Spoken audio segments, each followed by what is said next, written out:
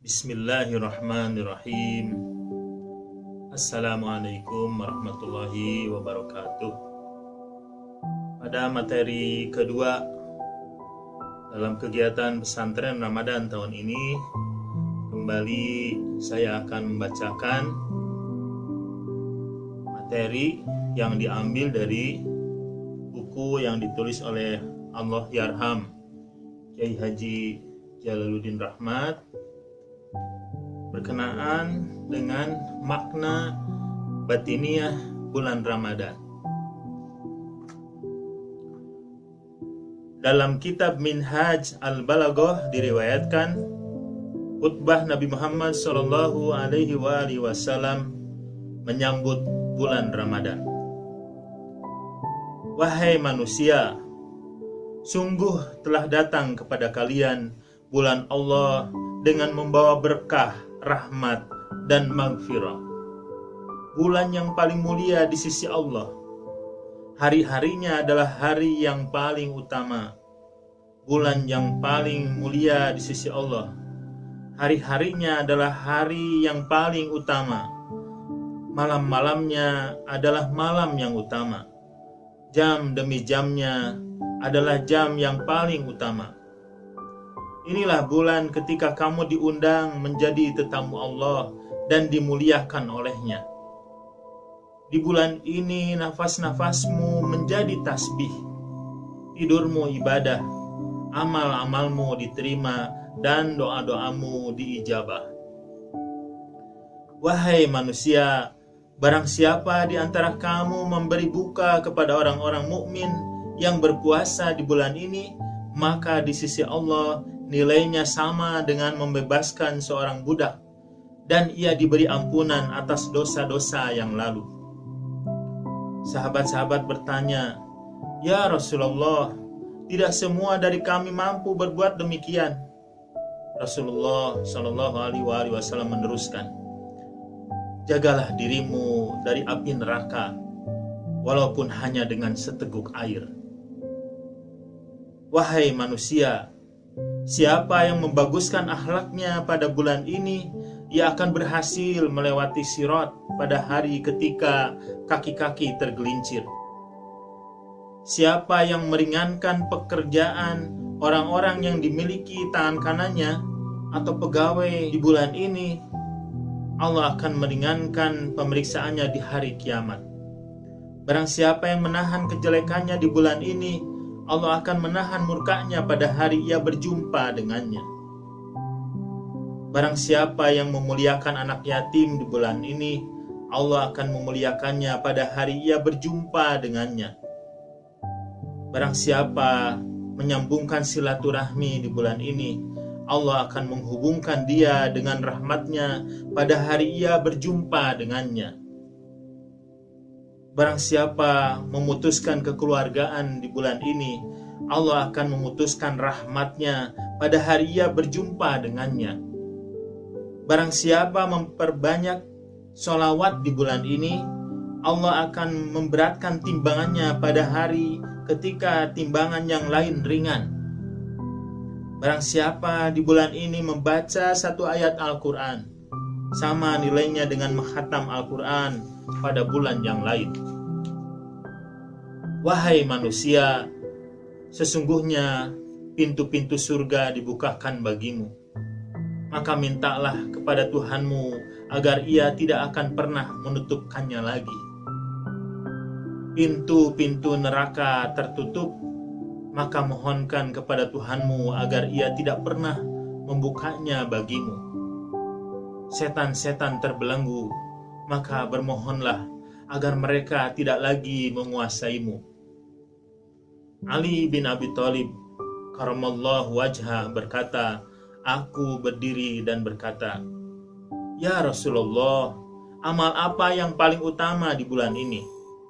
Nabi SAW menjawab, "Ya Abul Hasan, amal yang paling utama di bulan ini adalah menjaga diri dari apa yang diharamkan Allah." Ketika Rasulullah SAW mendengar seorang wanita mencaci maki budaknya, ia menyuruh orang mengambil makanan. kepada perempuan itu, Nabi Shallallahu Alaihi Wasallam berkata, makanlah. Ia memprotes, saya puasa ya Rasulullah. Nabi menjawab, bagaimana mungkin kamu berpuasa, tetapi kamu mencaci maki budakmu? Alangkah banyaknya yang lapar, alangkah sedikitnya yang berpuasa. Nabi Shallallahu Alaihi Wasallam menerangkan puasa sebagai penjaga diri dari segala yang diharamkan Allah. Ramadan adalah bulan yang menaburkan berkah. Berkah adalah kelebihan manfaat di atas manfaat yang biasa. Berkah adalah bonus. Bila 100.000 uang yang kita peroleh, kita habiskan untuk berpoya-poya sendirian, uang kita tidak mengandung berkah. Bila dengan uang yang sama kita mengobati orang yang sakit, membayar utang orang yang berhutang, memberi makan pada orang-orang yang lapar, memberi pakaian pada orang telanjang, maka uang kita adalah uang yang penuh berkah. Bulan rahmat. Nabi Shallallahu Alaihi Wasallam menyebut bulan ini bulan rahmat atau bulan kasih sayang. Karena pada bulan ini kita menajamkan kembali rasa sayang kita. Kita dianjurkan menyayangi anak yatim, karena mereka adalah anak-anak yang telah kehilangan kasih sayang. Kita diperintahkan untuk mengasihi orang-orang muda, supaya mereka tidak mencari kasih sayang di tempat-tempat yang terlarang.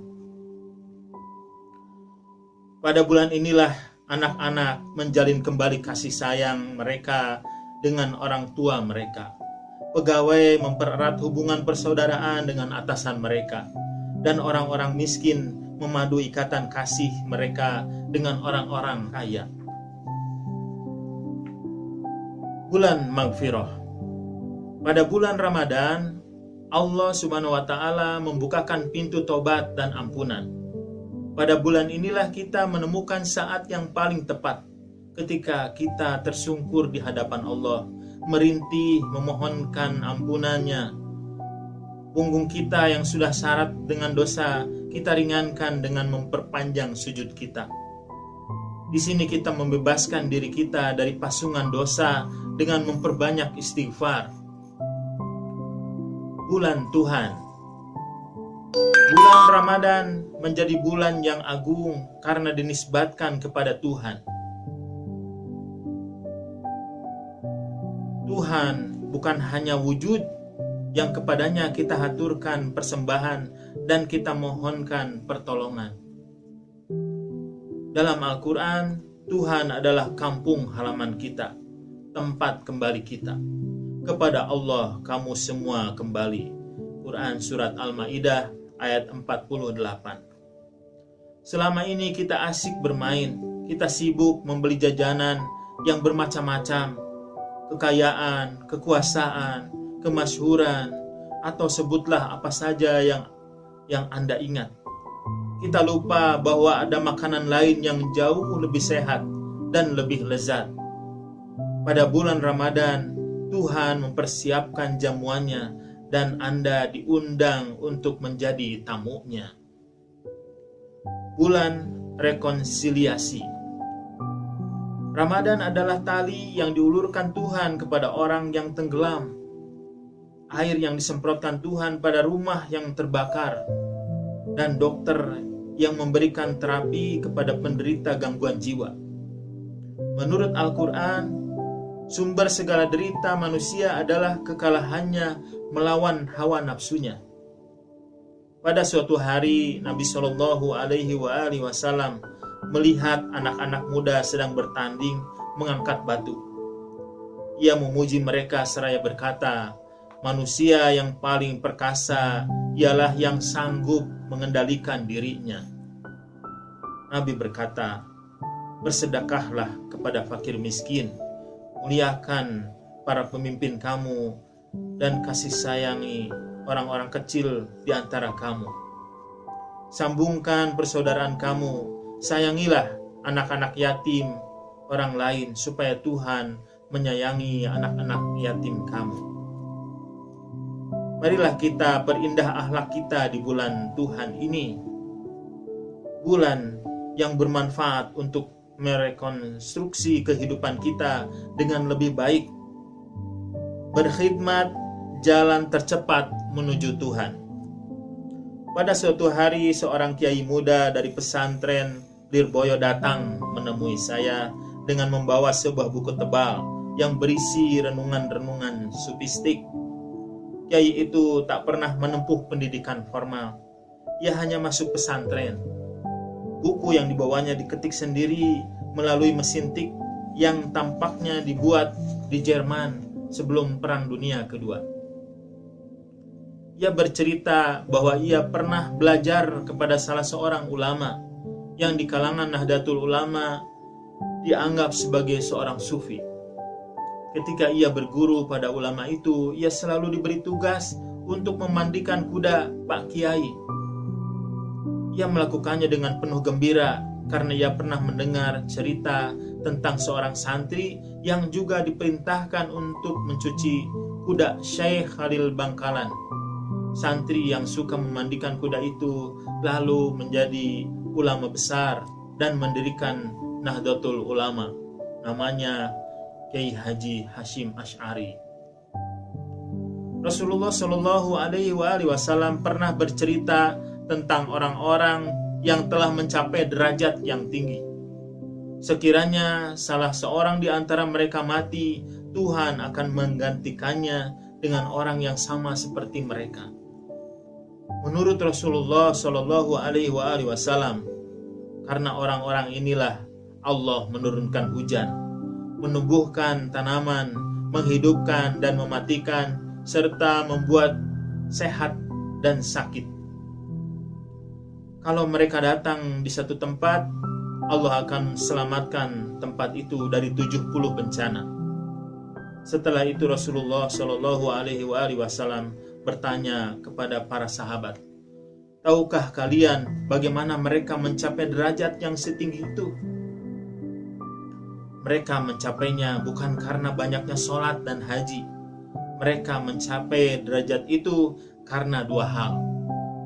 Pertama, al-sakhwah atau kedermawanan, dan kedua, an-nasihah lil muslimin. Hatinya bersih dan tulus terhadap sesama muslim. Dua hal inilah yang mengantarkan orang kepada tingkat yang lebih tinggi. Faidah berkhidmat. Perkhidmatan dalam tasawuf memiliki beberapa fungsi. Pertama, untuk menaklukkan ego kita, untuk mengalahkan upaya kita yang selalu mementingkan diri sendiri. Kita mempunyai kecenderungan untuk senantiasa ingin dikhidmati. Faidah yang kedua dari berkhidmat kepada sesama manusia adalah meruntuhkan kesombongan. Orang yang sombong akan sulit memasuki kerajaan Tuhan seperti sulitnya unta memasuki lubang jarum. Ketiga, latihan perkhidmatan mendekatkan diri kita kepada Allah. Keempat, dengan berkhidmat kita belajar mencintai. Adapun faedah kelima yang kita peroleh dengan praktik perkhidmatan kepada sesama manusia adalah mensucikan jiwa kita. Untuk mengingatkan kita akan salah satu sebab mengapa diperintahkan puasa, Nabi Shallallahu Alaihi Wasallam mengajari kita untuk melazimkan sebuah doa yang saya sebut sebagai doa sosial.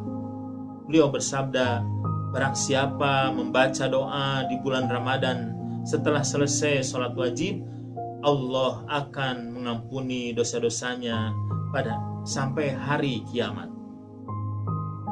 Allahumma adkhil ala ahlil kuburis surur. Allahumma agni kulla faqir. Allahumma ashbi' kulla ja'. Allahumma aksu kulla uryan. Allahumma qadi dayna kulli madin. Allahumma farrij an kulli makrub. Allahumma rudda kulla gharib. Allahumma fukka kulla asir, Allahumma aslih kulla fasidin min umuril muslimin, Allahumma shfi kulla marid, Allahumma sudda faqrana biginak, Allahumma ghayyir su'a halina bihusni halik, Allahumma qadi 'anna ad-daina wa agnina minal faqri innaka ala kulli syai'in qadir. Ya Allah, masukkanlah kebahagiaan pada para penghuni kubur. Ya Allah, kayakan semua orang yang fakir. Ya Allah, kenyangkan semua orang yang lapar. Ya Allah, berikan pakaian semua orang yang telanjang. Ya Allah, beri pakaian semua orang yang terlanjang.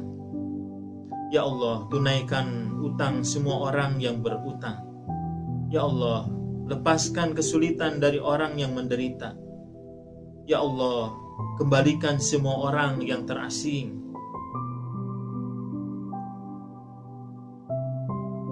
Ya Allah, bebaskan semua orang yang tertawan. Ya Allah, perbaikilah semua urusan kaum muslimin yang rusak. Ya Allah, sembuhkan semua orang yang sakit. Ya Allah, tutuplah kefakiran kami dengan kekayaan-Mu. Ya Allah, ubahlah keadaan kami yang jelek dengan kebaikan keadaan-Mu. Ya Allah, tunaikanlah utang kami dan kayakan kami dari kefakiran. Sesungguhnya Engkau berkuasa atas segala sesuatu. Mafatihul Jinan 238 yang mengutipnya dari Misbah dan Al-Balad Al-Amin. Seluruh ajaran Islam dapat disingkatkan dalam 2 kalimat: menyembah Allah untuk membuatnya ridho, dan berkhidmat kepada makhluknya untuk membuatnya bahagia. Mengapa harus berbagi? Ada banyak nama untuk bulan Ramadan. Selain yang telah banyak disebutkan, Nabi Muhammad SAW juga menyebutnya sebagai bulan kesabaran, bulan ampunan, dan bulan berbagi, atau Syahr al-Muwasat. Pada bulan ini, orang kaya bukan saja harus berbagi kekayaan dengan orang miskin, ia juga harus ikut berempati dengan penderitaan mereka.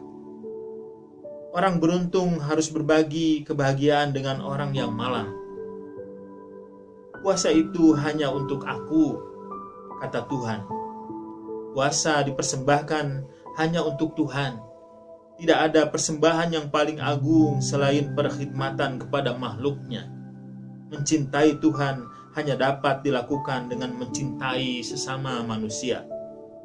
Karena itu, amal yang paling dicintai Tuhan pada bulan berbagi bukanlah ibadah ritual yang bersifat individual, tetapi ibadah sosial yang membagikan kebahagiaan kepada orang banyak. Demikian materi pesantren Ramadan untuk yang kedua ini. Semoga kita bisa mengambil manfaat dari apa yang sudah saya bacakan tadi. Wa ma taufiqi illa billah, alaihi tawakkaltu wa ilaihi unib. Wassalamualaikum warahmatullahi wabarakatuh.